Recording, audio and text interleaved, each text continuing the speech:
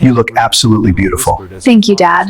I'm so nervous. You're ready. I love you. Of her wedding dress.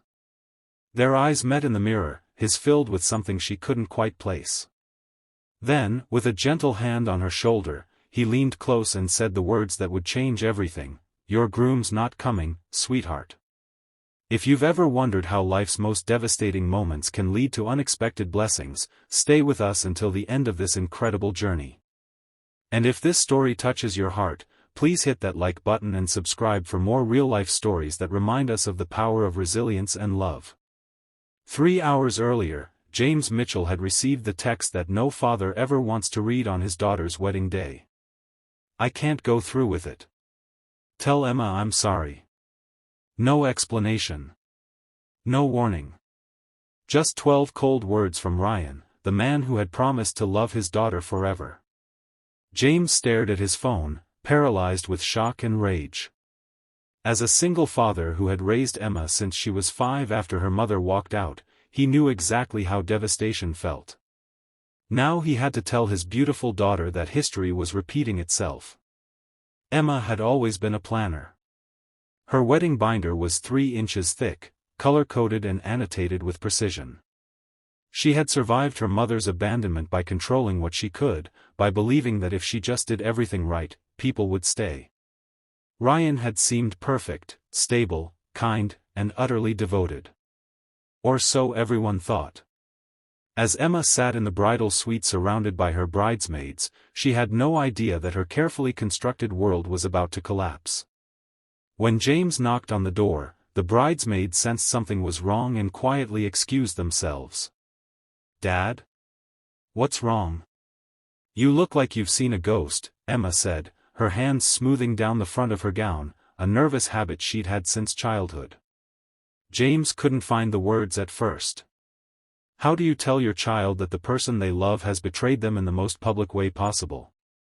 With 200 guests already being seated in the church down the hall, James had to be both father and messenger of heartbreak. I need you to be strong, Emma, he finally said, his voice cracking. He showed her the text.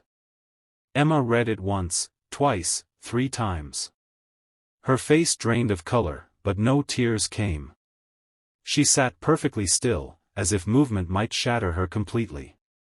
We need to tell everyone, she said mechanically. James shook his head. Let me handle that. You just, breathe.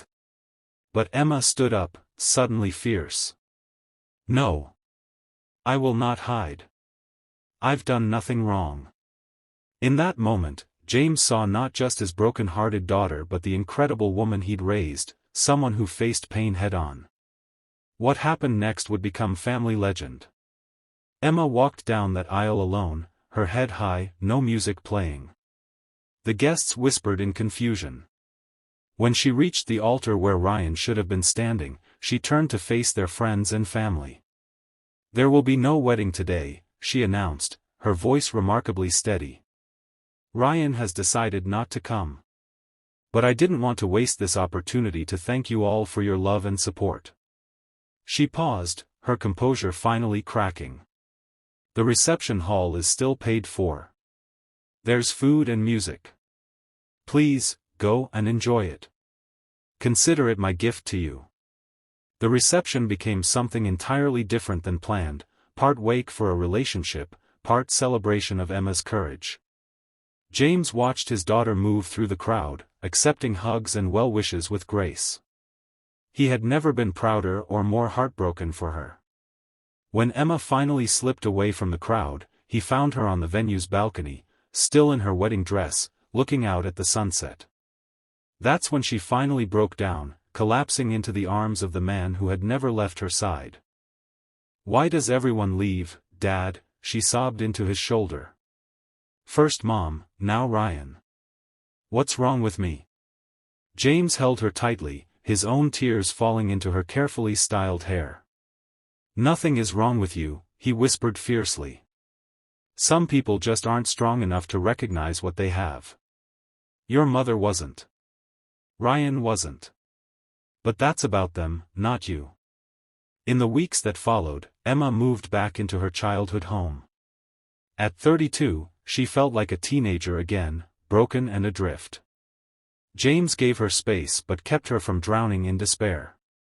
He left coffee by her bed each morning. He didn't comment when she wore the same sweatpants for days. He listened when she needed to talk and sat in silence when she didn't. His own heart had been broken twice in his life, when his wife left, and when he saw his daughter standing alone at that altar, but he knew from experience that healing was possible. 1 month after the non-wedding, James convinced Emma to join him for dinner at their favorite local restaurant. What she didn't know was that the owner, Michael, had been asking about her. Michael had catered some of James's construction company events over the years, and Emma had often helped coordinate them. There had always been a spark between them, but timing and circumstances had never aligned. Michael had been invited to the wedding but couldn't attend due to a family emergency. When he heard what happened, he reached out to James. The dinner was awkward at first. Emma recognized the setup immediately and was initially furious with her father. "I'm not ready," she hissed across the table. But Michael approached their table with such genuine warmth and zero pressure that her anger gradually faded. They talked about everything except her failed wedding. For the first time in weeks, Emma laughed, really laughed. James watched the light slowly return to his daughter's eyes. 6 months passed. Emma had found her own apartment again and was rebuilding her life piece by piece. She and Michael had become friends, nothing more yet, both understanding that she needed time. Ryan had tried to contact her once, full of apologies and regrets, but Emma had found the strength to close that door firmly. The wedding dress still hung in her closet. She couldn't quite let it go but couldn't bear to look at it either. On the 1-year anniversary of what should have been her wedding day, Emma asked her father to help her with something. They drove to a cliff overlooking the ocean, a place James used to take her as a child when she needed to scream out her frustrations where no one could hear. From the trunk of her car, Emma pulled out her wedding dress. "I need to let this go," she said simply. James nodded, understanding completely. Together, they built a small, controlled fire in a designated fire pit. Emma changed into the dress one last time behind a blanket James held up for privacy. When she emerged, she looked different than she had a year ago, stronger, more herself. "Zip me up, Dad?" she asked, turning her back to him. As his fingers found the zipper, memories flooded through him, zipping up her prom dress, her college graduation gown, and now this dress of broken promises. As he secured the final hook, he leaned forward and whispered, "You know what? I'm glad he didn't come. You deserved better then, and you found better now, in yourself." Emma turned and hugged him fiercely. Then she stepped back, took a deep breath, and carefully began removing the dress, now standing in the shorts and t-shirt she'd worn underneath. With deliberate movements, she placed the dress in the fire and watched as the flames consumed the fabric, the smoke carrying away a year of pain. That evening, Emma met Michael for dinner. It was their first official date. When he asked why she'd chosen this particular day, she told him the truth. "Because today needed a new memory," she explained. "And I'm finally ready to make one." As they talked late into the night, Emma realized something profound. If Ryan had shown up that day, she never would have discovered her own strength. She would never have rebuilt her relationship with her father into something even deeper than before.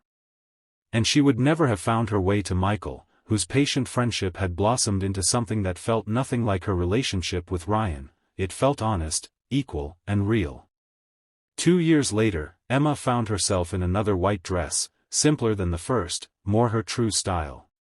This time, there was no elaborate church, just a small gathering on the beach. And this time, when James zipped up her dress, his whisper was different: "He's waiting for you, and he's not going anywhere." As Emma walked toward Michael, her arm linked with her father's, she felt no anxiety, no desperate need for things to be perfect. She had learned that love wasn't about perfect moments but about being perfectly accepted in imperfect ones. James gave his daughter away for the second time, but this time to a man who had proven his character not through grand gestures but through consistent presence. As he watched Emma and Michael exchange vows, James reflected on the journey that had brought them here, how the worst day of Emma's life had ultimately led her to the best one. Sometimes, he thought, the most beautiful destinations can only be reached by the most difficult paths. When Emma and Michael were pronounced husband and wife, the small crowd erupted in cheers. No one cheered louder than James. He had been there to help his daughter pick up the pieces when her world shattered, and now he was here to celebrate as she built something new and beautiful from those same pieces. Life doesn't always give us what we want, but sometimes, if we're brave enough to keep going, it gives us what we need. Emma's journey from abandoned bride to confident woman reminded everyone present that our worst moments don't define us, how we rise from them does. If this story touched your heart, please remember to like this video and subscribe for more stories of resilience, love, and the unbreakable bonds between fathers and daughters. Sometimes the most heartbreaking I-dos that never happen make way for the most beautiful I-dos that were always meant to be.